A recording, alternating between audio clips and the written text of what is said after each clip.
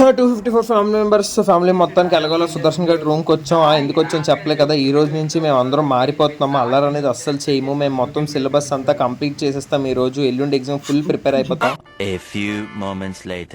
ఇప్పుడు దాకా స్టార్ట్ చేయలేదు. కాసేపు పబ్జీ ఆడిసి అప్పుడు స్టార్ట్ చేద్దాం అనుకుంటుంటే పబ్జీ ఎందుకు అవుట్డోర్ గేమ్స్ ఆడదాం అని హితేష్ గారు సుదర్శన్ పిలుస్తున్నాడు. బాగానే పిలిచాడు కానీ సుదర్శన్ గారికి ఏంటో తెలియదు కానీ కోపం వచ్చింది. ఎందుకు కోపం వచ్చిందో మీకు తెలిస్తే కామెంట్ చేయండి. కొంచెం బాగా ఆలోచిస్తే అర్థమవుతుంది. నేను వచ్చేటప్పటికి మంచి కంటెంట్ అయితే మిస్ అయిపోయింది. ఫుల్ ఫైటింగ్ అయిపోయింది ఇద్దరికి.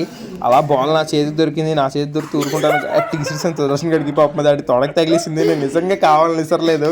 గట్టిగా ఇసురుదాం అనుకున్నాను కానీ ఆడి తగులుతుంది అనుకోలేదు. ఆడేం ఫుల్ ఫైర్ అయిపోయి నా మీదకి ఎక్సాడు. నేను రూమ్లోకి వెళ్ళి దాక్కుండిపోయాను.